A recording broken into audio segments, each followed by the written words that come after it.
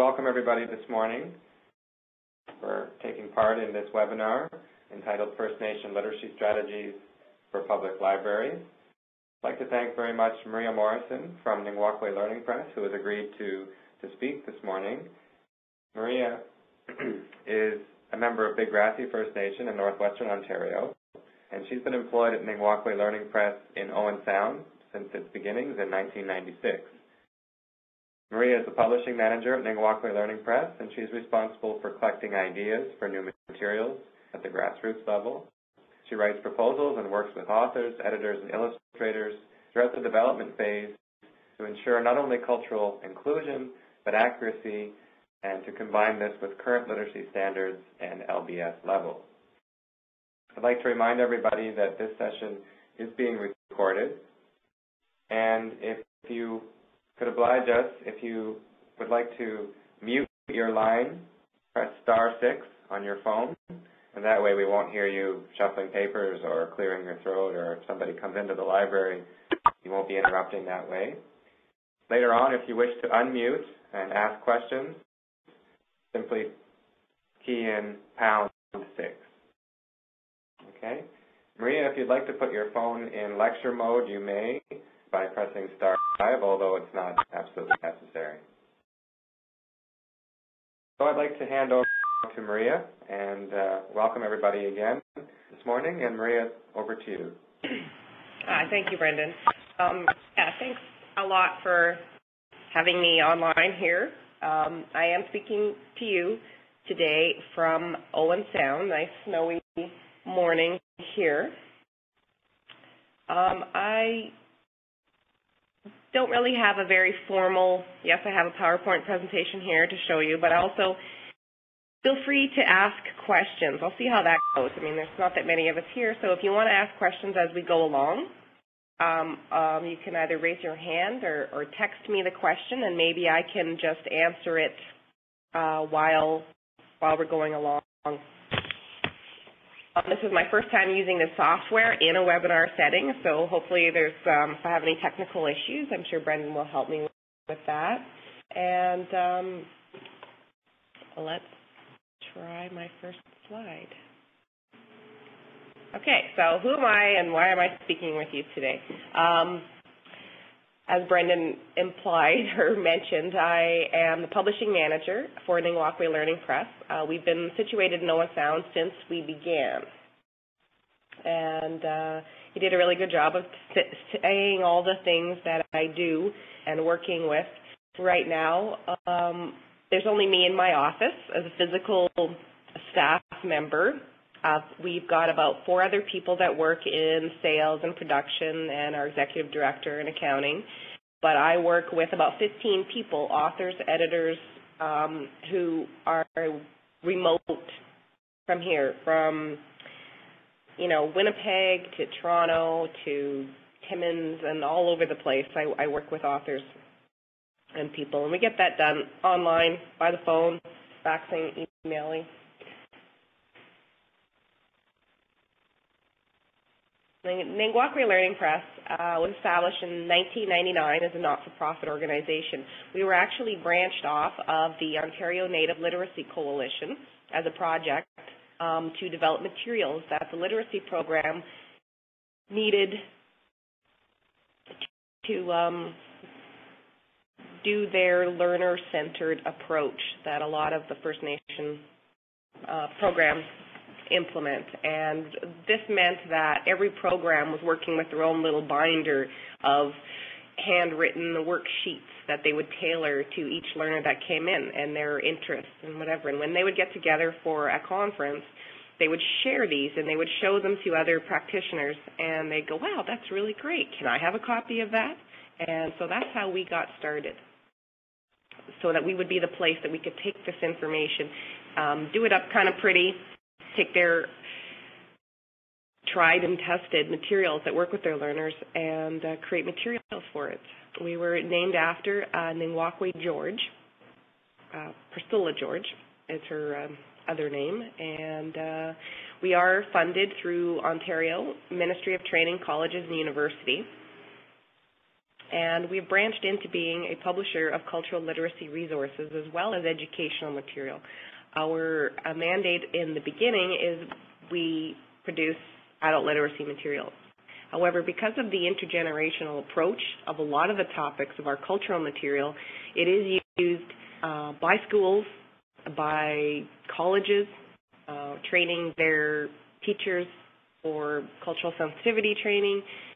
We sell our materials now all across Canada, even into the U.S., and get the odd order from Australia and overseas in Europe as well.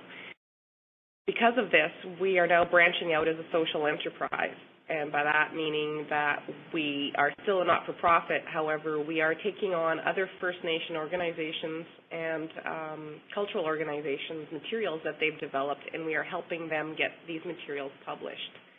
Now, all of this goes back into generating more material for literacy programs. Anybody have any questions on that part yet? Okay. What am I going to talk about today? Now that you know who we are and what I do, I'm going to really specifically talk to you about tools and resources for libraries that support literacy programming for adults in First Nation communities. And of course, this is a very big and wide topic, but I'm going to just try to focus in on literacy and resources for today. Now, the one thing that is really big in the literacy community today are the literacy standards. This is a brand new framework that the ministry has put out, and it's called the Ontario Adult Literacy Curriculum Framework, or OALCF for short, even though that's not that much shorter. It is brand new, and every literacy program instructor has had some training a couple of times on this new way of doing business with literacy. And the main difference is that it's task-based, meaning that everything that the learner is having has to relate to an actual task, not so much of a skills of grammar and reading and spelling. It has to be, that can be included in it, but the end result has to be that they can now have a transferable skill that they can use in the real world setting. Along with this is the goal that it will strengthen literacy, employment, education, training system. So there should be a seamless way of tracking these learners, whether it's through Ontario Works into a literacy program, they go back to a high school, or they go on to post-secondary or some job training. The same terminology, the same kind of their own little chart will kind of go with them wherever they go. I've left a website down there at the bottom for you to find out more information about. The reason why I mention the standards here of literacy that are now in Ontario is because the literacy programs have to follow this. And so I know a lot of First Nations are small. They don't have a literacy program. There's still some question as to, how they would fit into this. So if there is a need for literacy within a First Nation, that's a question that I can't answer. I'm here to talk about books, but it is a bigger concern that where does it fit in? So, but one of the things that we can do to get started on this right away, and all of the literacy field is having to implement this very firmly into their programs by 2012, April, I think 2012. But they have created a very limited selection of resources for use with this framework based on the Native Literacy stream. So it includes some of our material, but also a cross-section of other books. And the reason why I'm bringing it to your attention right here, because it's a good start. And there are also other lists available for the Anglophone, the Francophone, and the Deaf stream. So each one of those materials probably has about 20 different books in them that list off how they fit in with this new framework. And if you wanted to have them in a section, for the literacy instructors that come in, that will probably be a good idea. I've left a shortened bit.ly link at the bottom there, if you see that, the http bit.ly. I like using the bit.lys because if I didn't use a bit.ly, it would be 2 or 3 lines long of the link that you would need to get to. And this is just a short form way.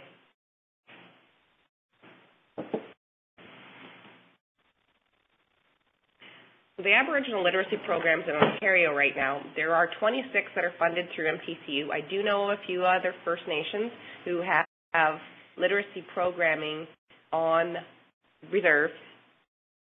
Actually, I think I recounted again, and I think 10 out of the 26 are actually on First Nations.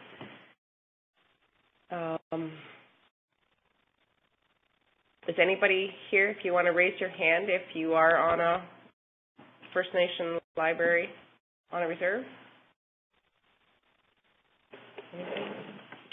Okay.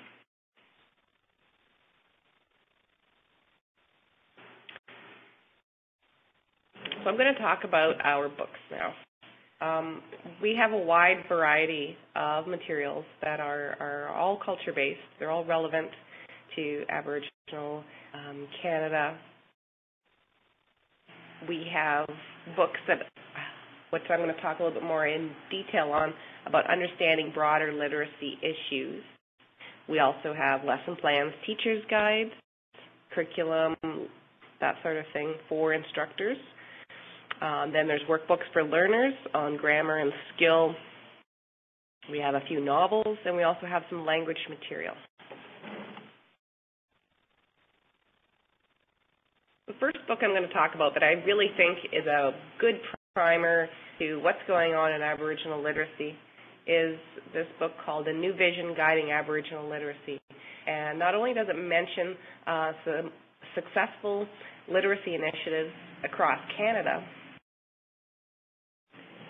but it also explores themes and criteria for best practices that have been found that contribute to success in literacy for Aboriginal learners across Canada. It highlights some unique definitions of Aboriginal literacy, which have been defined by different groups and projects across Canada. So by providing examples of successful literacy initiatives and factors that have contributed to their success, other literacy workers can use this information to start a new literacy program in their own community or try new tactics within an existing program. That's why I think it's a really good place to start.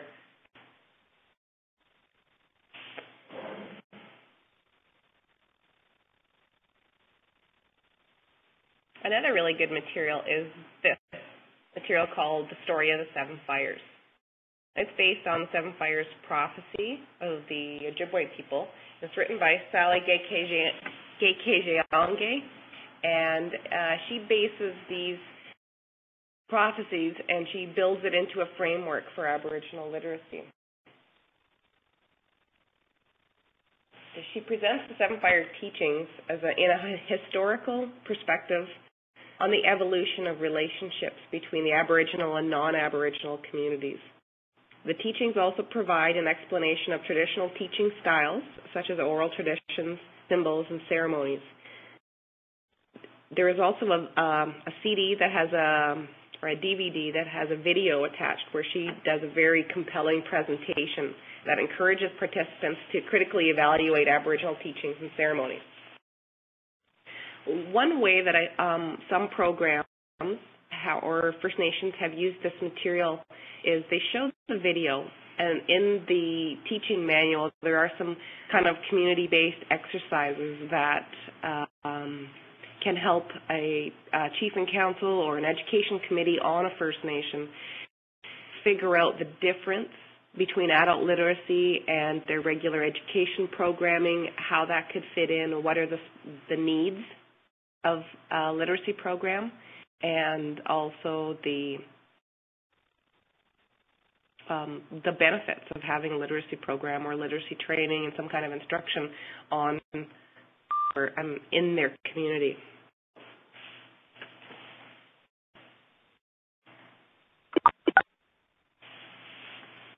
the next book I'm going to talk about, and this is still in the kind of getting your feet wet in adult literacy. These are materials that I think should be in every First Nations library that they should have if they don't have a literacy program. This one is the Aboriginal Literacy Curriculum Toolbox.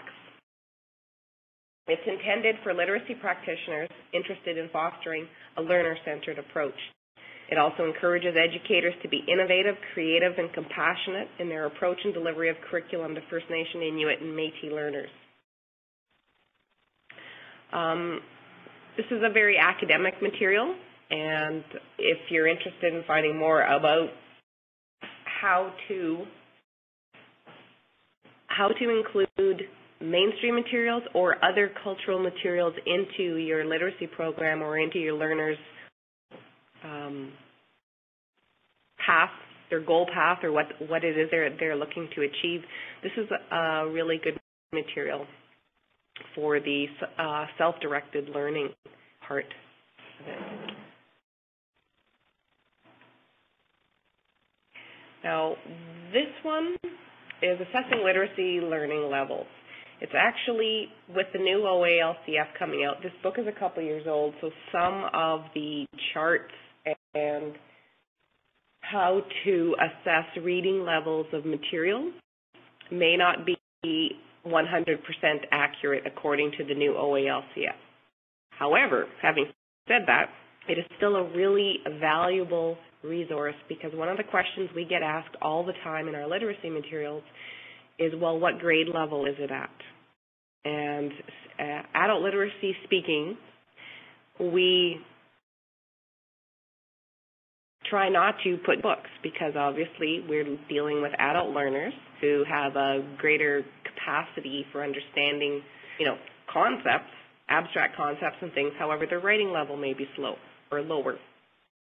So, but still, teachers, instructors, lay people, general public will ask what grade level it's at. And so this is a really good resource to kind of use as a ballpark figure of how to assess literacy grade level materials and to the new essential skills levels. It is available as a free download on our website, the firstnationliteracy.com, in our downloads section there. So I think I don't know. Right. Okay, here. So this is kind of like one of the charts that we have. It's a reading level comparison.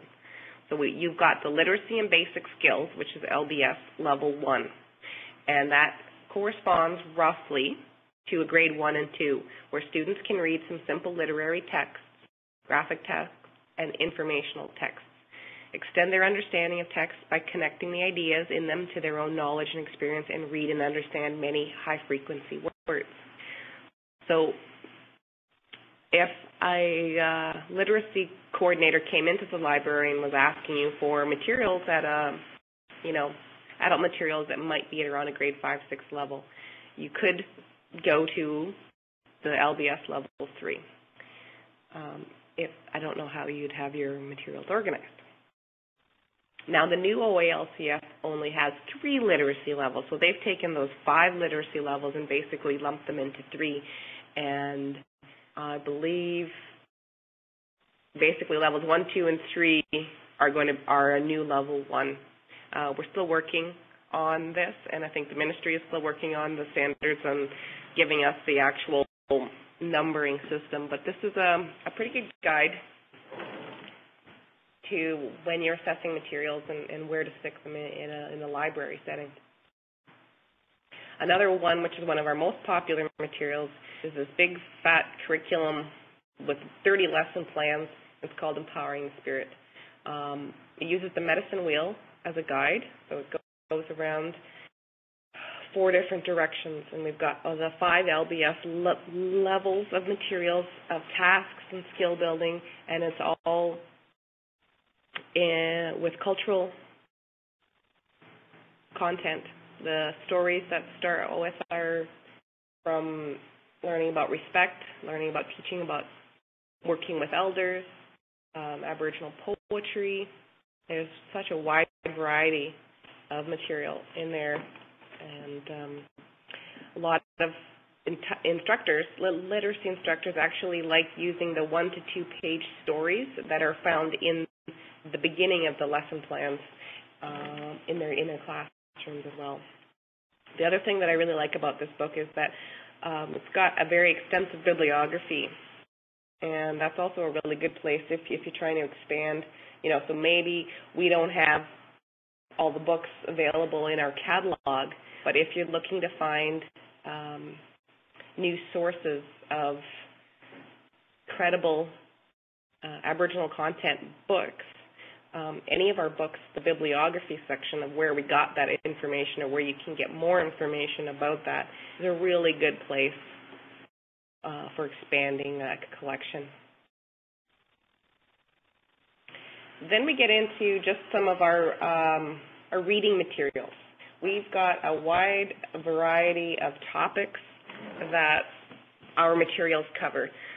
Obviously, literacy levels are can affect every aspect of your life, so we try to include, different series of materials. And this first one is our Healthy Life series. As you can see, we've got diabetes and diet, healthy pregnancy, choosing life, emotional wellness, understanding cancer, and our brand new one called HIV/AIDS awareness. And that one is set to be released this month. So we are continually adding to it. And I think there was a question before over, some good newspapers to look for resources as well. And I read the Anishinaabe News, Ontario-based, and also Wind Speaker, which is a good national First Nation issues book. So when I'm trying to come up with the next idea for the book, I will, by reading what's going on across the country, I can better assess what would be the upcoming health concern that maybe we should write a book about. Now, all of these books, we have attempted to include the traditional oral storytelling format within a mainstream health aspect as well. So each of these stories is about one person's story, and it's told in a very personal story format. So you get to know the character, you get to know what they're going about, and like the Choosing Life is a suicide prevention material, and it takes him through his struggles, and you really get to know the character. And included in there will also be mainstream health, like text box of how-tos and what-to-dos, but we really wanted it to be more of a story format.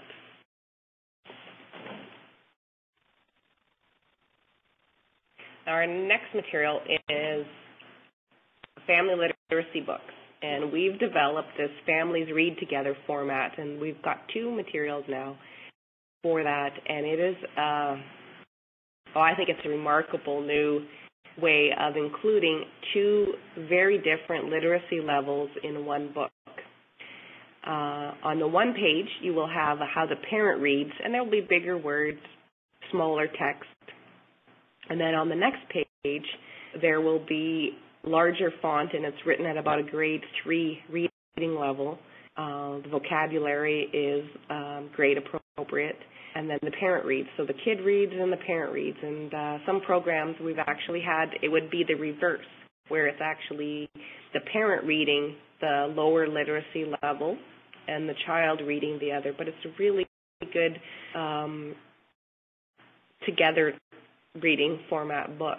And we've got 2 in that series so far. We also have books strictly on interesting cultural topics. We've got one on beadwork, harvesting, and drum making. These books this is another series that we have. It includes, there's brilliant, bright pictures throughout, easy to read text, and in the back of the book, of each of the books is a how-to section. So the drum making would be step by step if you wanted to make your own drum. Of course, finding the raw materials might be a challenge for some people, but there is, help on where to find those beadwork. There is how to do some of the main basic stitches, as well as creating your own pattern and what some of the how the patterns are identified in different cultural groups. At the harvesting, there is how to skin a moose and how to collect different plants and edible materials as well. And those also are written in a story format as well. So more of our just learning books or our reading books, we have learner anthologies. We have this very successful I'm just trying out my little arrow here. Anthology. Learners love this book. We just accept stories from poems from learner programs across the country, and we compile them into a book, and that would be our volume 3.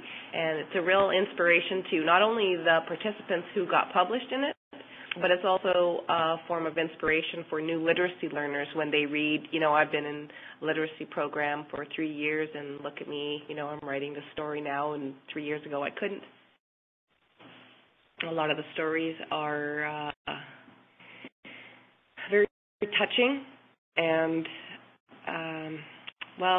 the way that I look at it, too, is you don't get to be an adult without having literacy challenges, without having a very difficult life of getting to where you're at in that stage, whether it's a disability, whether it's a learning challenge, poverty.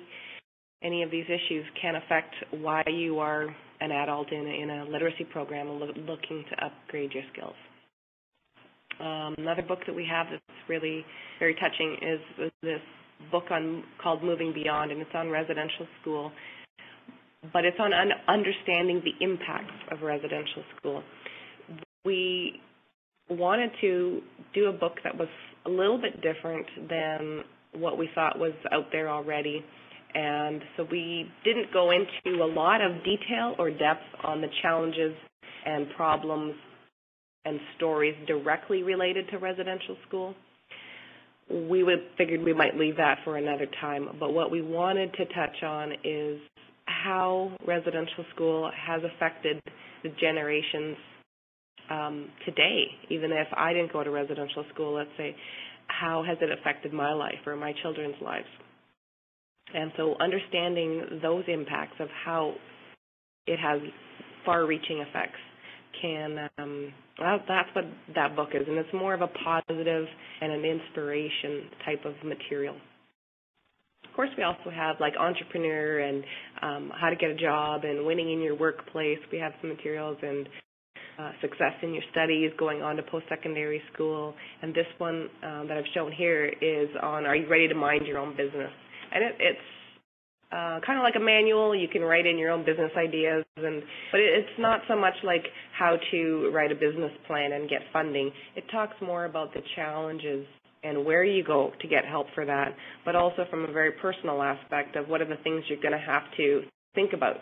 Do you have space in your home? Do you have proper lighting? Do you have insurance? The things that aren't really mentioned in a lot of guides. Some of our other books, we've got series on history and sports. We've got this Honoring Our Peacekeepers, which is a quite popular little primer that talks about the role of soldiers and peacekeepers, police within First Nations, and historically how pre-European contact, those aspects were found in roles of different cultures already, and that just kind of expanded into Canadian war efforts as well.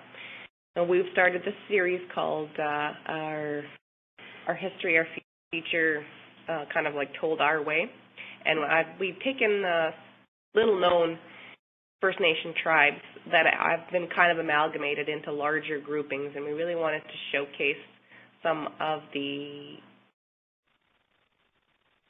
uniqueness of these smaller First Nations, and also cultural awareness can be increased so that we aren't just lumping all Aboriginal people in Canada together. So this first one is the Potawatomi. I'm working on right now, finishing up a book on this series called the Lenni Lenape, and quite interesting. Now, we also have books aimed at like sports, so our original games, and it's a look at Aboriginal sport in Canada, history and some games and lacrosse. We also have workbooks. We have this workbook series. We have a volume 1, 2, 3, and this is 4 that's shown here, and it's a kind of a one-time use book. Oops. 10 Legends workbook. So these are workbooks that probably be more for literacy programs than libraries, but the information that's in them, that most of them have a story and then some fill-in-the-blank and comprehension type of exercises. We also have some Indigenous language materials, not that many, but we've got about 10 or so far. This is just a sampling of, we do Mohawk, Inuk, Ojibwe, and part of the our sales side of things is we are taking materials from other organizations who know that we know how to create materials in syllabics, and we've established processes of how to get that done. So that part I see as expanding. And a lot of regional materials as well. So that's about what I'm going to talk about for our books. Now,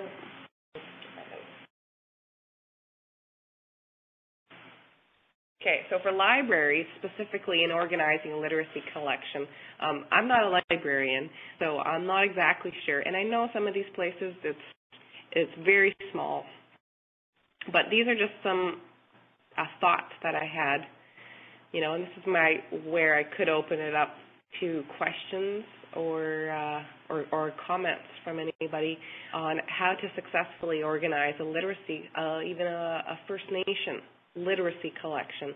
You could do it by literacy level.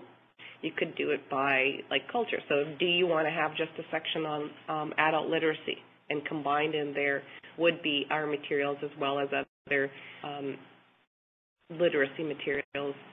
That's where I mean by culture. Or you could do it, you could have geographical regions as well, right? So a lot of First Nation communities will have elders books, and they'll have maybe some language stuff that the school has created. Having that stuff included in there as well might be a good thing. Now, here's some tips on building a collection if you're looking to build up your collection. That, like I said before, our bibliographies, if you got even half the materials that are mentioned in our bibliographies of our materials, could greatly enhance any library collection. Our authors from all over Canada have included some really great resources of where they've tapped into stories, poems, having those kind of materials of anthologies available to First Nation communities, I think would greatly enhance any collection, and if the community has access to some newer stuff, it can see that there are young Aboriginal writers who are creating some really interesting works. And there is quite a few out there. Of course, I'm not going to talk about them all because those would be other publishers of materials as well, but I do know quite a few, amazing young writers who are making a difference not only within their community, but they're getting published and the books are going mainstream. So that's really exciting for me to see too.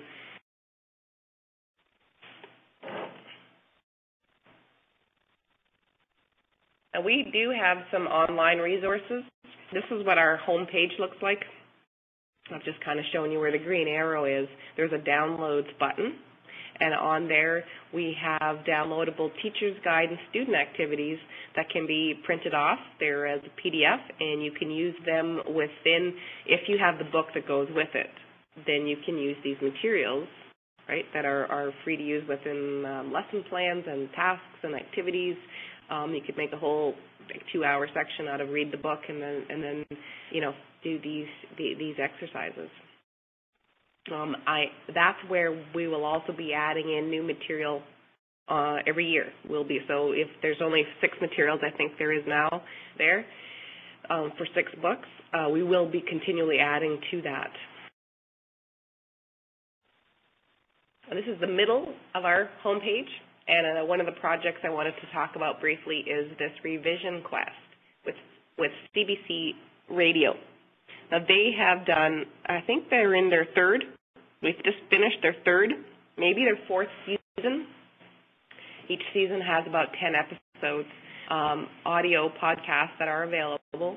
And what we've done is we've developed a very detailed teacher's guide and student activities to go with the 30-minute podcast. Now, the first one that we've developed is on labels, like what do we call you? Native, First Nation, Native American, Indigenous, Indian. What is the political correct term? What do you want to be called? And the host, Daryl Dennis, does it in a very informative yet comedic style that makes it very entertaining and easy to listen to. So we've developed these materials, and they are going to be posted up within the next month or 2, and we've been working on 5 episodes. Now, the neat thing with this, too, is that they will be the OALCF compliant with the terminology and reading levels associated with the new curriculum framework. So, and those will be, that's on our homepage button. That's where you can link to and find some material. So I guess the interesting thing, too, is you don't need the book to go with it. You can just listen. The teacher's guide will have a transcript of the entire podcast as well. Now, another way to stay in touch with me, with us, with our organization, and what our new materials are coming out, what ideas I'm having, where I like to connect with people, is our Twitter account. It's a very good place to send me messages, send me information. If you want to get the word out for any event, I have over 2,000 followers on Twitter, and it's a very active community there. And I really do like to share First Nation information, books, literacy concepts, fundraising events, anything like that. And I'd be more than happy to, partner with any programs or initiatives that are going on that Twitter account. So if you want to follow along, you can see what I'm doing. And the other big arrow down there is our blog. A couple times a month, hopefully, I am writing on there, and you can also sign up to receive, instant in your email notification when I have written a new blog post. And that's where also I write about the new books that are coming out, the new topics, as well as I will be posting on there when I'm looking for new writers and new authors. Once or twice a year, I'm usually looking for a group of writers, authors, and I'm always looking for editors and artists for cover designs. So even if you look there and you can share it with your community, or even print up one of the flyers and post it in the community, that's also a good way to spread the word. I just listed off some contact information. Also, I guess I forgot to mention, on our firstnationliteracy.com site, you can download a full catalog of all of our material, or you can just look at it online. We do have the sales website, which I'm going to try highlighting here. Ningwakwe.on.ca is where you can buy the books. So these are our 2 partner websites. One is the sales site, and the First Nation literacy is specific, particularly about literacy initiatives. And got the phone number down there. So didn't know if anyone has any questions, or my part's just about done. Thank you very much, Maria. I see that Sherry had a question at one point with regard to the revision quest. Okay. I didn't see. Is there on the chat? Yeah, she asked if that was free. It's on the chat function there. I don't see it. Oh. Yeah, it didn't come up. Okay. But if people want to unmute their phones, I think at this point maybe we could have a discussion if we wish. Press #6 if you want to weigh in with a question and talk to Maria directly. Yeah, so the revision quest, the teacher's guide, so this is all free online? Yes, it will be. Or will be within a month. Month? I'm putting the final touches on episode 1 right now as we speak. November 30th was the date that it was going to be up there. But give me a couple of weeks, and at least the first episode will be available online. Okay. And the next 4 episodes, the topics are going to be OCA, 20 years after, Truth and Reconciliation Commission on residential schools, Free Stuff, it's called. That was quite a funny one. It's talking about the financial benefits that First Nations receive and some of the stereotypes and misconceptions regarding that. And the 5th one is languages. So how important are First Nation languages and where they're at today. So those will be some of the topics explored on there. So there will be, like on the revision quest, there will be a link to the podcast. Okay. Or you can download it as an MP3, and so that you don't have to listen to it, don't have to be online. So somebody could even do it on an iPod or, some other transferred device. You could put it on somewhere else. Doesn't have so the other 4 will be coming in like probably January. On. Yep, January. Sorry. If you subscribe as enter your email into the subscribe button of our blog area. Okay. When I announce it, you'll get an email saying that it's available. Okay then.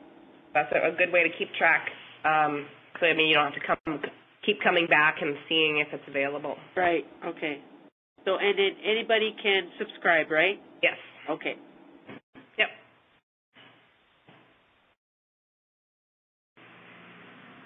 Any other questions? It's Margaret in Fort Francis. We have a new library, and with our new library, we have lots of new First Nations customers coming in, especially to use the Internet. They're not taking out material, and you've given me some really good ideas of what I can put in the collection.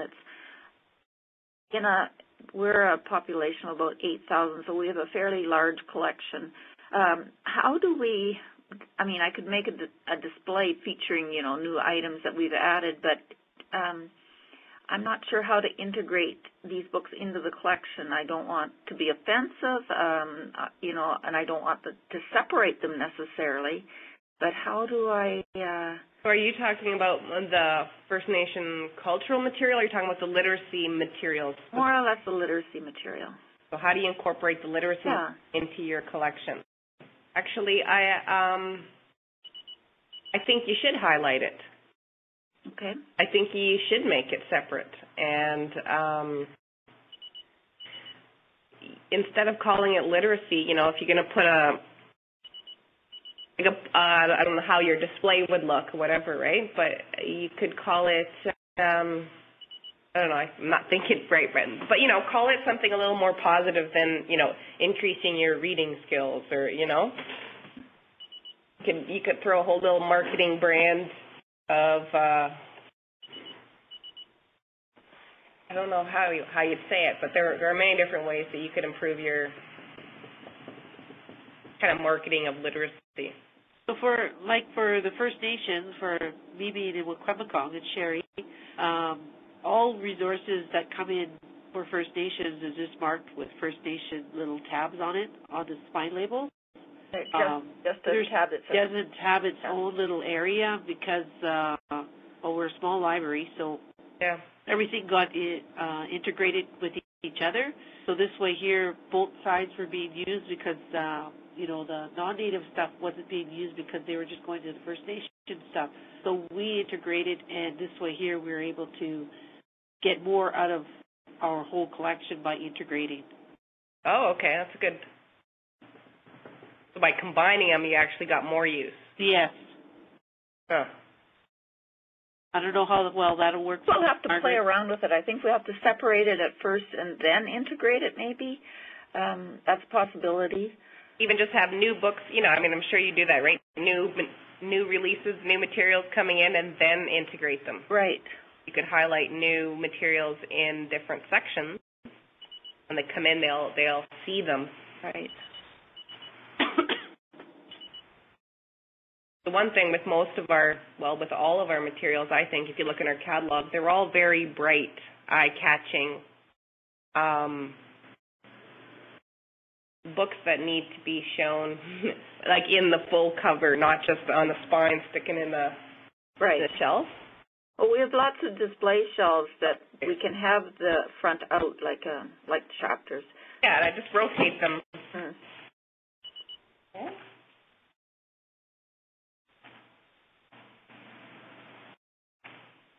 Any other questions about literacy stuff? Can we order directly from your firstnationliteracy.com website? Yeah. Well, I have on that last contact page, sales@ningwalkway.on.ca is the email, but you can get the catalog off of there. There's an order form, and all of the library discounts are all listed on there on the order form. And the sales department can answer any questions that you may have. But, yeah, you can order directly through us. Thanks.